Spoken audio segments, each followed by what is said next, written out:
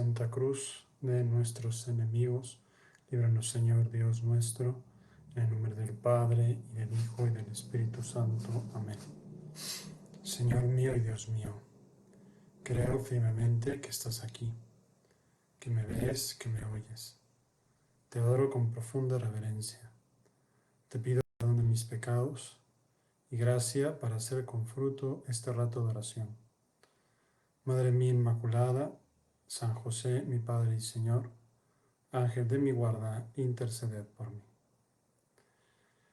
Pues ahora vamos a hacer la oración, reanudamos las meditaciones después de 3 semanas de receso.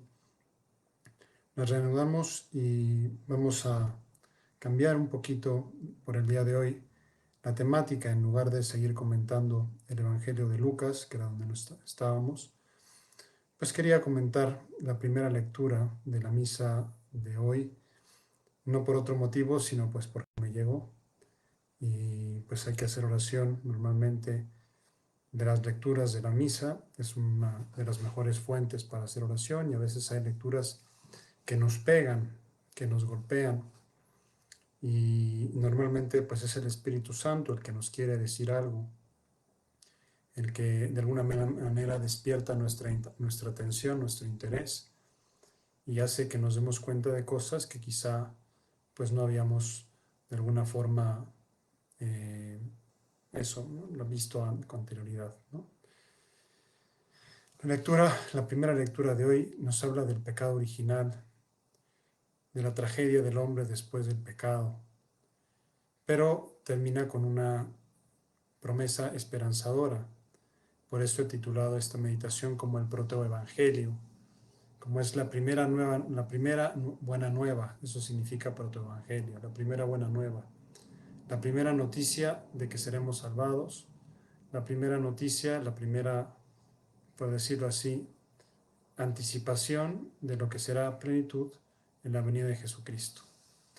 Y la primera noticia en la cual se profetiza que el demonio será definitivamente vencido. Aunque el demonio nos venció y nos vence cada vez que nos hace pecar, finalmente será definitivamente y radicalmente vencido. Y de eso tenemos una seguridad, y una seguridad que está de alguna manera plasmada en esta lectura del día de hoy. Después de que Adán comió del árbol, el Señor llamó al hombre: ¿dónde estás? ¿Dónde estás?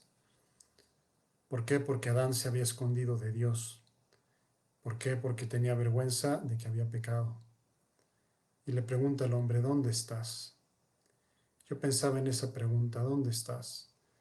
Pensaba como si Dios me la estuviera dirigiendo a mí mismo: ¿dónde estás? Y piensa tú, quizá, que de alguna manera análoga, Dios te pregunta: ¿dónde estás? ¿Dónde estás parado? ¿Dónde está tu vida? ¿Dónde están tus obras? ¿Dónde están tu corazón? ¿Dónde están tus deseos? ¿Dónde están tus anhelos? ¿Dónde están tus esperanzas? ¿Dónde están tus obras? ¿Dónde está tu vida?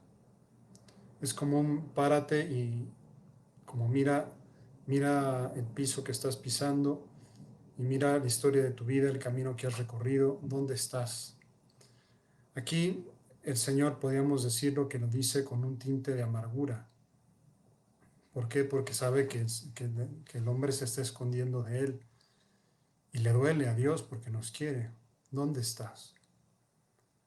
Es decir, y podemos pensar que es ese mismo reclamo, esa misma pregunta de Dios resuena a lo largo de los siglos, dirigiéndose a sus hijos: ¿dónde estás?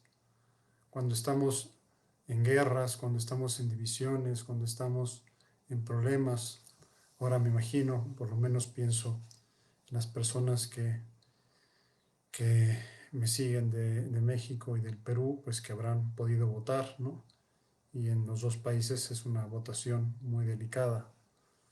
En los dos, pues, es el peligro de caer en las manos de una izquierda cada vez más radical, ¿no? Y pues que es contraria a la ley de Dios, ¿no? Y contraria a la fe. Es decir, no es por apoyar a un partido, pero sí es decir uno que otro pues es contrario a las enseñanzas de la Iglesia. Y cuando vemos al hombre envuelto en luchas partidistas, cuando vemos a los países divididos, cuando vemos los corazones enardecidos, podemos escuchar de fondo la pregunta de Dios: ¿dónde estás? Aquí en mi habitación pues tengo una pequeña imagen de la Divina Misericordia que me ayuda precisamente a eso, a imaginarme a Jesús que me pregunta: ¿dónde estás? ¿Dónde estás tú realmente? ¿Dónde está tu corazón? ¿Dónde lo escondes? Y quisiéramos decirle, yo quisiera decirle a Jesús: Jesús, que mi corazón está contigo, plenamente contigo, solamente contigo. Pero claro, esa pregunta de Dios, ¿dónde estás? Es sobre todo, me imagino también, es como cuando el niño pequeño, ¿verdad? Está todo hecho un asco, ¿no? Todo hecho un asco, ¿verdad? Pues con su pañal ahí sucio, ¿no? O el niño un poquito más grande, ¿no? Que jugó con lodo, con tierra, ¿no? Que está todo embadurnado, todo batido, ¿no? Y su madre: ¿dónde estás? Mira cómo estás, mira cómo te has puesto. Pues así muchas veces Dios, pienso que mira al hombre y le pregunta: ¿dónde estás? ¿No? Cuando el hombre muestra sus capacidades de destrucción, su capacidad de mal, cuando el hombre lanza la bomba atómica, cuando el hombre hace las guerras mundiales, cuando el hombre practica millones y millones de abortos como si no pasara nada. Dios se oye el eco de esa pregunta de Dios: ¿dónde estás? ¿Dónde te has metido? ¿Cómo te has perdido? ¿Por qué te has escondido de mí? ¿Por qué huyes de mí? Que yo te he dado la vida, que yo te he creado, que yo he derramado toda mi sangre para salvarte. ¿Por qué te escondes de mí?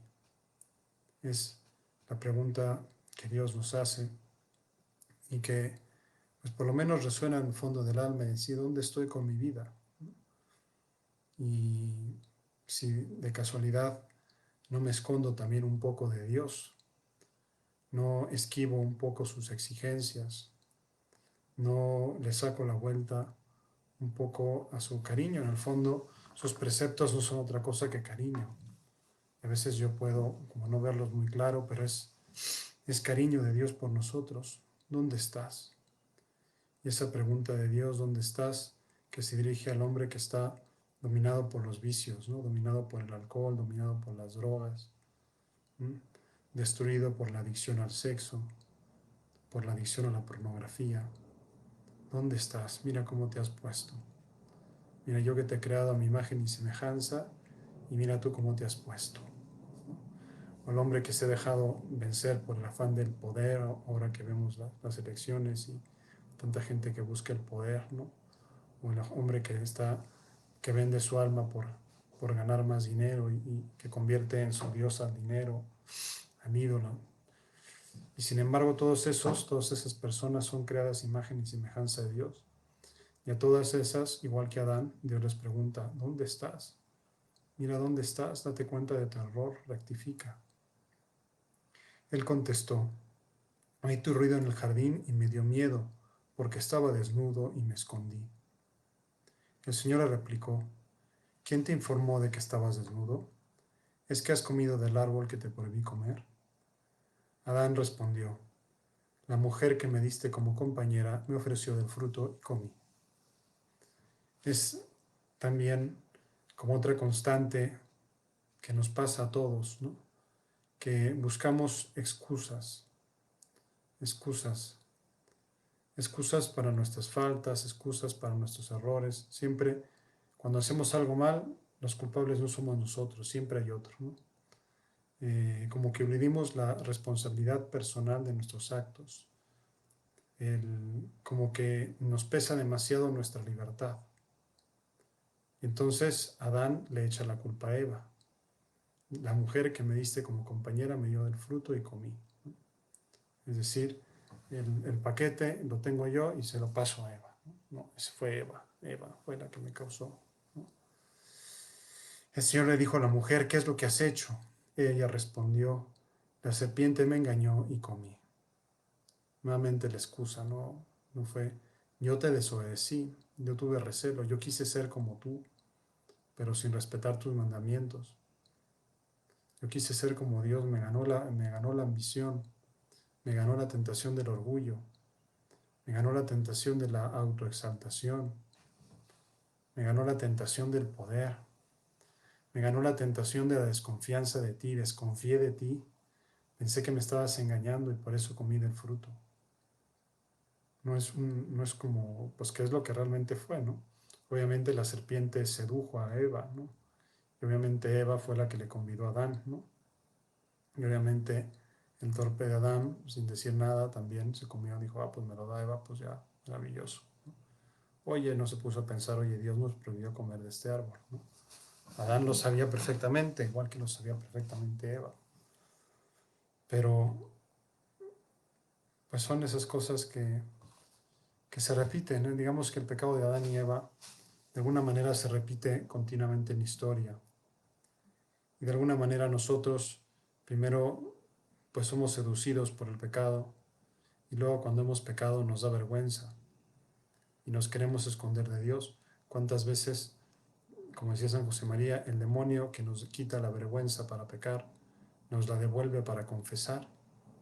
¿Cuántas veces nos cuesta trabajo acudir al sacramento de la confesión sencillamente porque nos da vergüenza? Y como que nos escondemos de Dios, precisamente para no tener delante de nosotros el mal que hemos hecho con nuestra libertad. Y nos falta ese pechar con nuestra responsabilidad. ¿Qué es lo que has hecho? Le diría a Adán, pues pequé porque me dejé seducir, porque me dejé engañar, porque quise ser como un Dios, porque desconfié de tu palabra, por eso fue lo que hice, ¿no? Perdóname, me equivoqué. Pero no, fue buscar otro culpable, no fue buscar a Eva, echarle la culpa al otro. Y Eva echarle la culpa a la serpiente. Entonces, y aquí viene lo que se conoce como el protoevangelio. El Señor dijo a la serpiente, por esto que has hecho, serás maldita entre todo el ganado y todas las fieras del campo. Te arrastrarás sobre el vientre y comerás polvo toda tu vida. Establezco hostilidades entre ti y la mujer, entre tu estirpe y la suya. Ella te herirá en la cabeza cuando tú la hieras en el talón. En latín se dice ipsa conteret, ella te pisará la cabeza. Cuentan una anécdota de ahora ya pasados pues muchos años, ¿no? Nos vamos a los años 80 del siglo XX, o finales de los 70 incluso, al año 79, la segunda audiencia que tuvo don Álvaro, el ahora beato Álvaro del Portillo con el ahora San Juan Pablo II. Y el beato Álvaro del Portillo le contaba a San Juan Pablo II pues cómo estaba la iglesia, la situación de la iglesia, una situación muy dura, como ahora es dura la situación de la iglesia. Y les pido una oración, especialmente por la iglesia en Alemania, que está pues muy delicada la cuestión, ¿no? Muchos problemas. Don Álvaro estaba diciendo pues todas las cosas que estaban pasando, ¿no? Las cosas malas, los errores, las dificultades, ¿no? En determinado momento, San Juan Pablo II dio un golpe en la mesa y dijo, sí, pero ipsa conteret, que quiere decir sí, pero ella le pisará la cabeza, el dragón infernal. Y es que, lo querramos o no, estamos en una batalla espiritual en la que pues se hacen presentes, ¿verdad? Pues nuestros enemigos son espirituales. Es el demonio que está muy activo, es el diablo y sus ángeles caídos que tientan al hombre y están buscando encadenarlo y lo encadenan, eso con un vicio, con una adicción, con una afección, con el pecado, con el engaño, con el odio, con las divisiones. El diablo es el acusador, es el que divide, ¿no? El que divide a las naciones, el que divide a los países, el que hace que los hermanos se peleen entre sí. Pues ese es el demonio. Y el demonio está actuando. Y a veces nos entrará como la angustia de decir, oye, Señor, pues esto cada vez se ve peor, cada vez la vida se ve más difícil, cada vez se ven los antagonismos. Ahora estamos en una época de antagonismos y de luchas fratricidas y de enfrentamientos cada vez más acerbos, más radicales, más marcados. Y como que cuesta trabajo mediar, cuesta trabajo alcanzar una situación de, pues justo es eso, establezca hostilidades entre ti y la mujer, es decir, entre la serpiente, que es imagen del demonio, y la mujer, que es imagen de la Virgen, y que es imagen de la Iglesia. Establezca hostilidades entre ti y la mujer, entre tu estirpe y la suya. Ella te herirá en la cabeza cuando tú le dieras en el talón. Los exégetas comentan, ¿verdad?, este texto del Génesis. ¿A quién se refiere ella? Si se refiere a la mujer, es decir, a María, o a la Iglesia, que son las dos interpretaciones del texto, la María que le pisará la cabeza al dragón infernal, y de hecho las imágenes de la Inmaculada se suele representar a la Virgen sobre el mundo y pisando la cabeza de la serpiente. O si es a ella, se refiere más a su descendencia, es, por decirlo así, en el caso de la descendencia de la mujer por excelencia, que es María, la descendencia de la mujer es Jesucristo, que Jesucristo le pisará al dragón la cabeza, ¿no? Y así la interpreta Mel Gibson en su película de la Pasión. Pues comienza prácticamente en la escena en el Huerto de los Olivos, como Jesús pisa la cabeza de la serpiente, como señalando, o sea, ahora lo que voy a hacer, el sacrificio de la cruz, es precisamente lo que va a derrotar definitivamente al demonio, pues ella te pisará la cabeza. Pondré esterilidades entre ti y la mujer, entre tu estirpe y la suya. En cualquier caso, sea que sea la mujer o sea que sea la estirpe de la mujer, también nosotros podemos considerarnos estirpes de la mujer, porque también nosotros somos hijos de María. También nosotros podemos pisarle la cabeza al dragón infernal. Lo que necesitamos es precisamente esa determinación, esa gracia de Dios. Ahora, ella te herirá en la cabeza cuando tú le hieras en el talón. Es decir, en la descendencia de la mujer, en sentido amplio, es decir, nosotros, pues somos heridos por el pecado. Y hay que reconocerlo.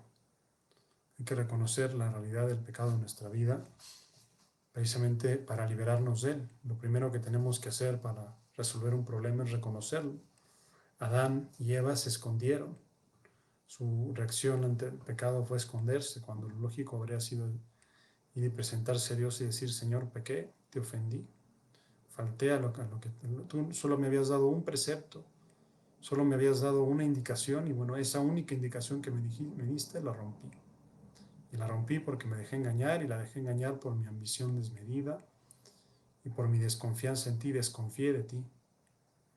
Pues es lo que nos pasa cada vez que ofendemos a Dios, desconfiamos de Él, de sus preceptos, de que su ley nos va a hacer felices, de que el ser hijos de Dios y el vivir como nos enseñó Jesucristo nos lleva a la plenitud humana, y buscamos me explico, otros paraísos, otras situaciones ideales, otros modelos distintos del que nos presenta Cristo.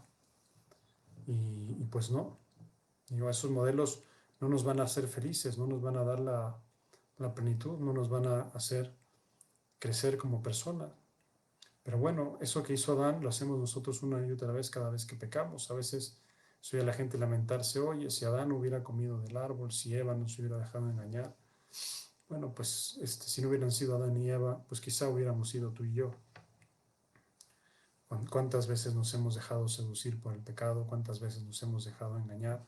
¿Cuántas veces hemos buscado la felicidad donde no está? ¿Cuántas veces hemos buscado la plenitud humana lejos de los planes de Dios?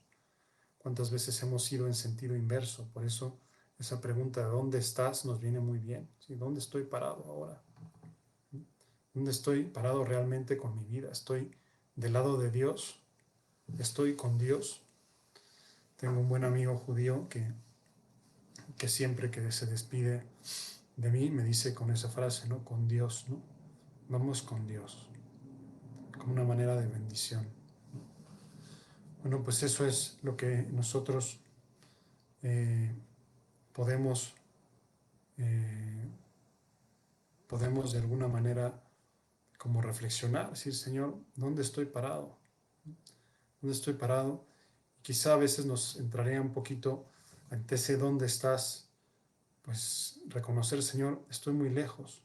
Sobre todo tomando en cuenta que Dios nos llama a la santidad. O sea, tú, Jesús, me llamas a la santidad y yo realmente estoy muy lejos. ¿Dónde estás? Pues estoy muy lejos. Estoy muy lejos de la santidad. Quisiera estar cerca, pero en realidad no estoy lejos. Y a veces eso podía inducirnos un poquito al desaliento, a la desesperanza. Y por eso ella le pisará la cabeza. Ella le pisará la cabeza. El camino para llenarnos de esperanza, y por eso le encomendamos a la Virgen como esperanza nuestra, el camino es precisamente acudir a la Virgen. Acudir a la Virgen y a la misericordia de Dios.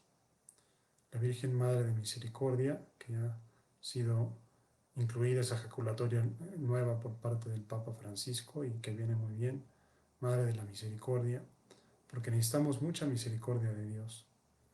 Y la mayor misericordia de Dios es que seamos santos. Por eso, ante esa pregunta, ¿dónde estás?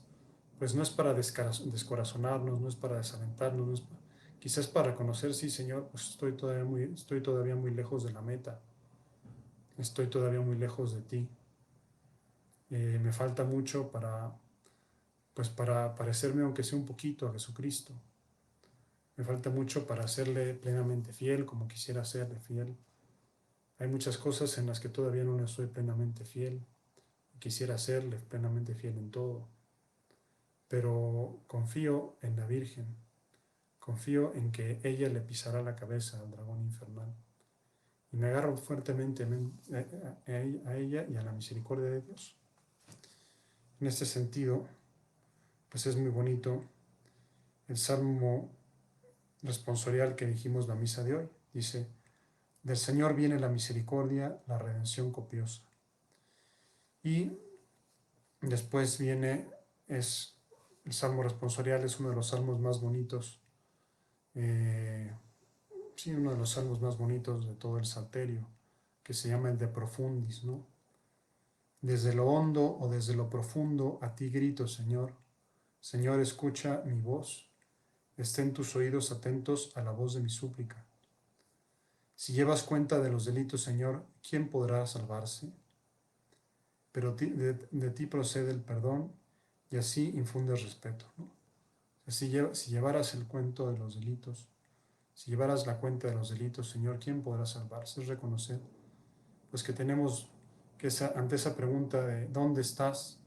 Pues podemos decir, Señor, todavía estoy muy lejos de ti, todavía no estoy lo suficientemente cerca de ti como para sentirme seguro, como para sentirme firme, como para sentirme estable. Quisiera estarlo, pero todavía no lo estoy.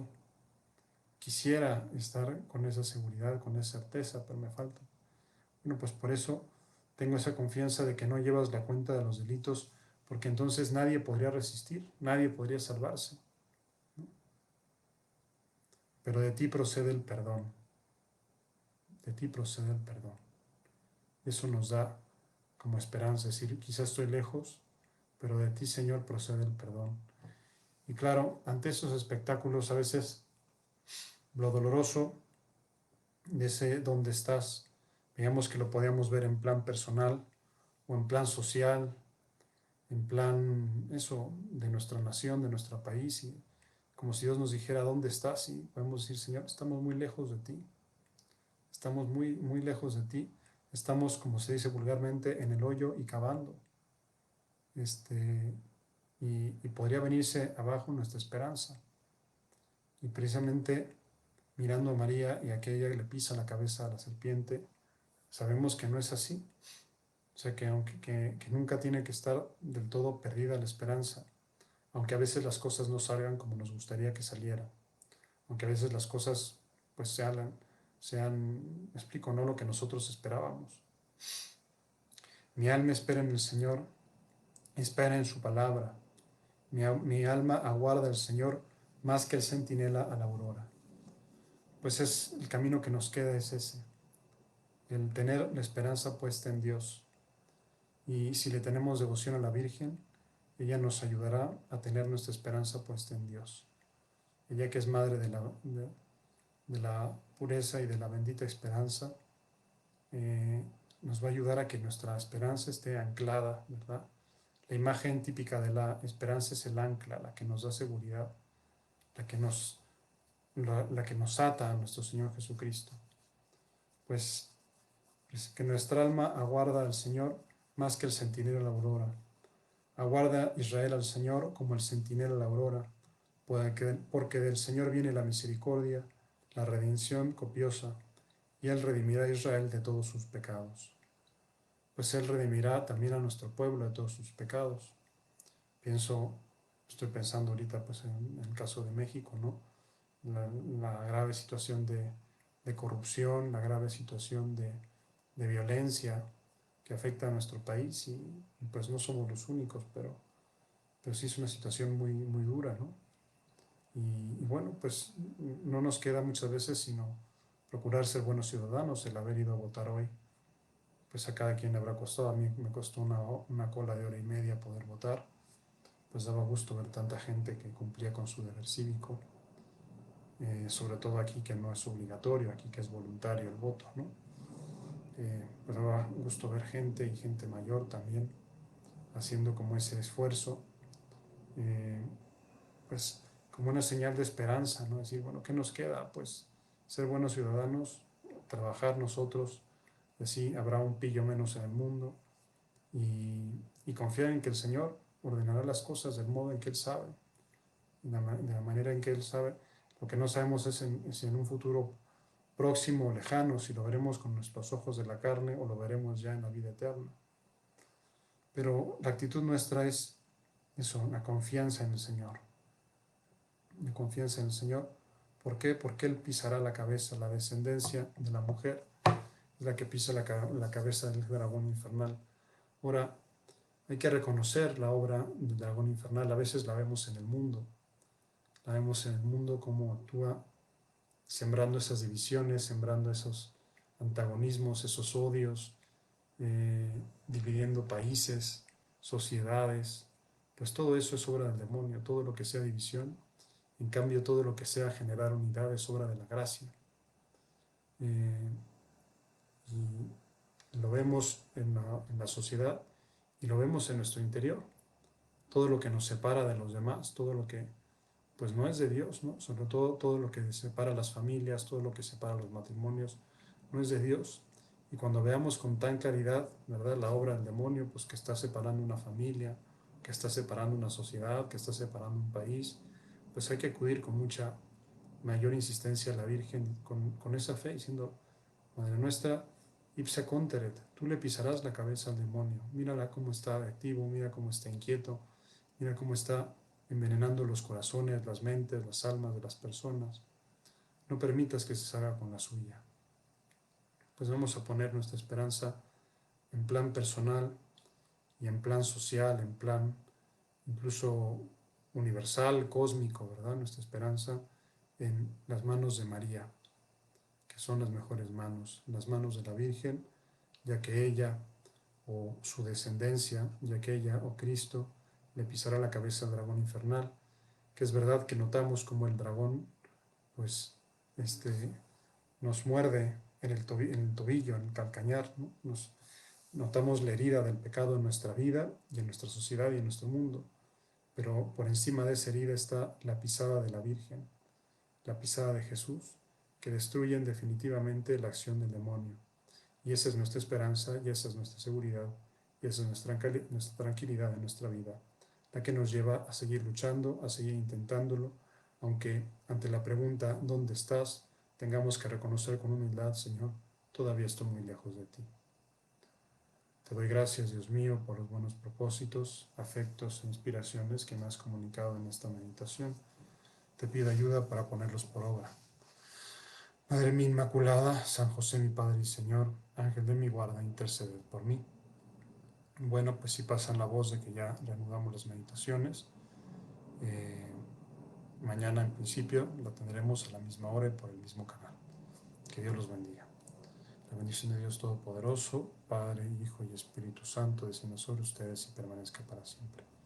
Muy buenas noches y que salga el mejor resultado.